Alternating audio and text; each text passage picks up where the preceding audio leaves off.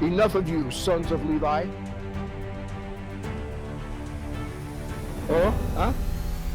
I make the same statement today. Enough of all of that. We've had enough.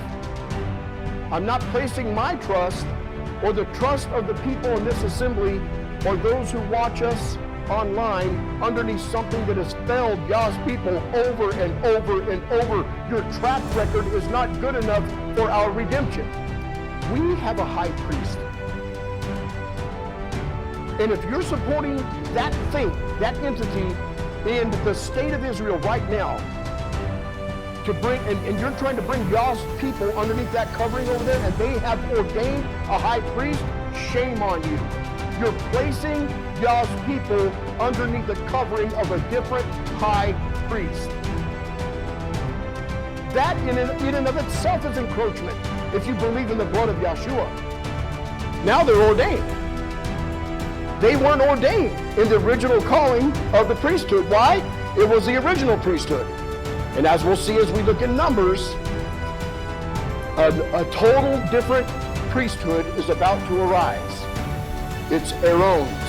And I submit that we're going to bring proof during this series on the future temple versus the first and second temple, which was ran underneath the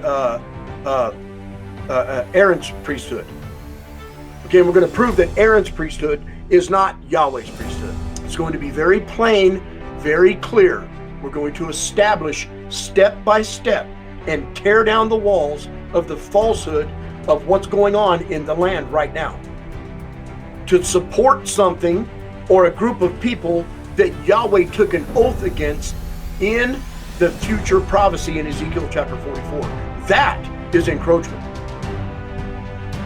There.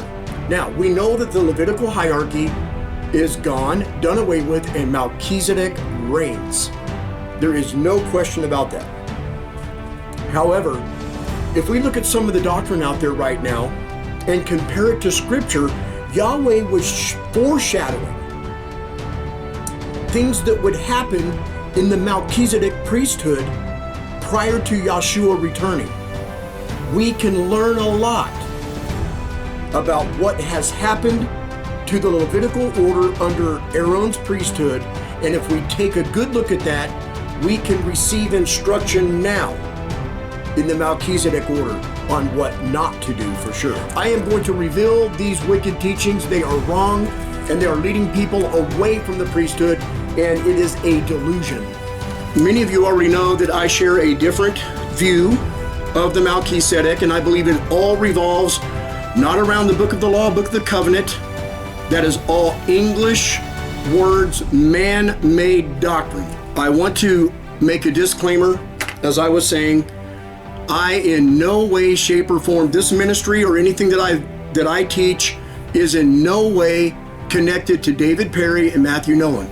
Now, I'm not going to attack these brothers' character, and I pray that it works the same way between.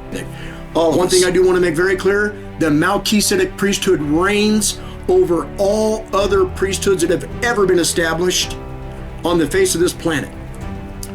To Brother Rico, I love him, but he's the other one we're going to speak about here because it's all coming out in the wash and everybody's throwing names around. So another disclaimer, I believe his teachings on the priesthood are false. I believe both sides are wrong. And I'm not saying that just so that Teddy Wilson can be the only one right. So on one side we have the book of the law, book of the covenant doctrine, which is throwing away all kinds of covenant rules because they don't know the truth about the Torah that Abraham had agreed to. And Yahweh commended him for that.